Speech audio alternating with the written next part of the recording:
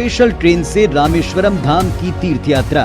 आज ही अपनी seat book कराएं tripurayatra.com पर। केंद्रीय गृह मंत्री अमित भाई शाह 22 अगस्त को भोपाल आ रहे हैं। यहां वो मध्य क्षेत्रीय परिषद की बैठक होगी। बैठक में नक्सलवाद के साथ आंतरिक सुरक्षा के मुद्दे समेत आतंकी गतिविधियों को लेकर चर्चा की जाएगी। वैसे तो शाह का दौरा सरकारी है, लेकिन सत्ता और संगठन सतर्क हो गए हैं।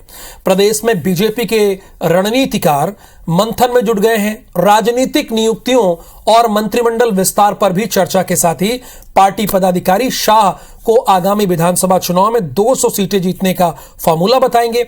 इसके लिए नगरीय निकाय और पंचायत चुनाव के परिणामों के आधार पर विश्लेषण किया जा रहा है। जानकारों की माने तो बीजेपी के कद्दावर नेता निकाय और पंचायत चुनाव में बेहतर प्रदर्शन के लिए पार्टी की पीठ थपथपा सकते हैं। वहीं कांग्रेस इस पर चुटकी ले रही है।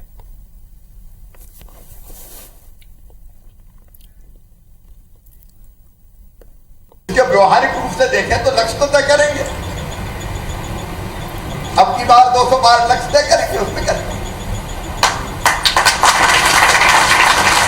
लक्ष्य प्राप्त करने की जबरदस्त कोशिश भी करेंगे। देखिए, अब की बार 200 पार का नारा तो माननीय मुख्यमंत्री जी ने आज ठाकरे जी के जन्म शताब्दी वर्ष पर इस दिन अगर कोई शब्द हमारे सामने आए तो मैं विश्वास के साथ आपको कहता हूं, शब्द माननीय मुख्यमंत्री जी ने कहे उनको चरितार्थ करने का काम मध्य प्रदेश की भारतीय जनता पार्टी जरूर करेगी। कुछ नहीं, मुख्यमंत्री जी अपने नंबर बढ़ाने के लिए सब चीज़ें करेंगे, क्योंकि बीजेपी में अब दो ही, बीजेपी और आरएसएस दोनों मिला के बस दो ही लोग हैं, एक मोदी जी और दूसरे अमित शाह जी।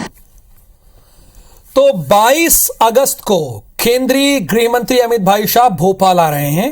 वो मध्य क्षेत्रीय परिषद की बैठक यहां पर होगी करने। बैठक में नक्सलवाद के साथ आंतरिक सुरक्षा के मुद्दे पर और आतंकी गतिविधियों को लेकर चर्चा होगी। नक्सलवाद और आंतरिक सुरक्षा पर चर्चा होगी। यानी ये दौरा बहुत स्वाभाविक है। शाह का दौरा सरकारी है, लेकिन सत्ता और संगठन सतर्क हो गए हैं। प्रदेश बीजेपी के रणनीतिकार मंथन में जुट गए कि अमित भाई शाह आ रहे हैं। इसके मायने क्या हैं? राजनीतिक नियुक्तियों और मंत्रिमंडल विस्तार पर भी चर्चा हो रही है कि क्या मंत्रिमंडल का विस्तार हो सकता है, कैबिनेट रिसफल हो सकता है। इसकी भी चर्चा होने लगी है। हालांकि मैंने क्लियर कर दिया, अपने दर्शकों को बता दिया कि वो एक सरकारी कार्यक्रम में आ रहे हैं। सुधीर दंडोतिया इस वक्त हमारे साथ लाइव जुड़े हुए हैं। सुधीर, कार्यक्रम तो अमित भाई शाह का तय है कि वो किस कार्यक्रम में आ रहे हैं, लेकिन अगर अमित भाई शाह किसी भी जगह जाएं और राजनीतिक बात ना हो, ऐसा तो हो ही नहीं सकता। देखिए, निश्चित तौर पर राहुल, और जो सरकारी कार्यक्रम है उसके अलावा बीजेपी की ओर से भी 2 कार्यक्रम रखे गए हैं। 22 तारीख को कुल मिलाकर 5 कार्यक्रमों में अमित शाह शिरकत करने वाले हैं। इनमें सबसे पहले मिंटो हॉल के अंदर जो मध्य क्षेत्र परिषद की जो बैठक है, जिसमें 4 राज्यों के मुख्य सचिव डीजीपी के साथ में सुरक्षा को लेकर चर्चा की जाएगी। उसके अलावा अगर बात करें तो मिंटो हॉल में उसके बाद का कार्यक्रम है, जिसमें वहाँ से पुलिस अकादमी, माफ़ कीजिएगा, भोरी जाएंगे और वहाँ पर नेशनल फॉरेंसिक साइंस के कार्यक्रम में शिरकत करेंगे। लाल परेड मैदान के बाद में पहुँचने के बाद में अमित शाह रविंद्र भवन पहुँचेंगे। यहाँ पर जो नई शिक्षा नीति है उसके कार्यक्रम में शिरकत करेंगे। उसके बाद में विधानसभा के अंदर सहकारिता को लेकर जो आयोजन है उसमें अमित शाह शिरकत करने वाले, और रात को तकरीबन 9:30 बजे अमित शाह जो है भोपाल के लिए रवाना होंगे। ये पूरा सरकारी दौरा है। इनमें 2 कार्यक्रम अगर देखे जाएँ तो सहकारिता विभाग और नई शिक्षा नीति को लेकर कार्यक्रम भले सरकार के स्तर पर हो, लेकिन इसमें बीजेपी की भागीदारी भी साफ तौर पर यहाँ पर देखी जा रही है। पर लेकिन संगठनात्मक रूप से अगर बात करें, मिशन 2023 की तैयारी के लिहाज से बात करें तो इस दौरे को काफ़ी ज़्यादा अहम माना जा रहा है। आज ही मुख्यमंत्री शिवराज सिंह चौहान ने बीजेपी के लिए एक नया नारा दिया है कि इस बार 200 पार, यानी कि 2018 में जो नारा बीजेपी पूरा नहीं कर पाई थी, एक बार फिर से उस नारे को दोहराने की कोशिश की जा रही है। और इसके लिए बीजेपी संगठन के द्वारा जो कवायद की जा रही है, जो तैयारियां की जा रही है, उसकी जानकारी अमित शाह के दौरे के दौरान बीजेपी के नेता देंगे कि किस तरीके से मध्य प्रदेश में निकाय और पंचायत चुनाव के अंदर बीजेपी वोट प्रतिशत बढ़ाने में कामयाब रही है और उसका फायदा आने वाले 2023 के चुनाव में मिलता है। तो किस तरीके से बीजेपी जो 200 का लक्ष्य 230 सीटों में से जीतने का उसको हासिल करेगी, उस दिशा में क्या कुछ काम किए जा रहे हैं। इसके अलावा मध्य प्रदेश में मंत्रिमंडल के अंदर अभी 4 पद खाली हैं।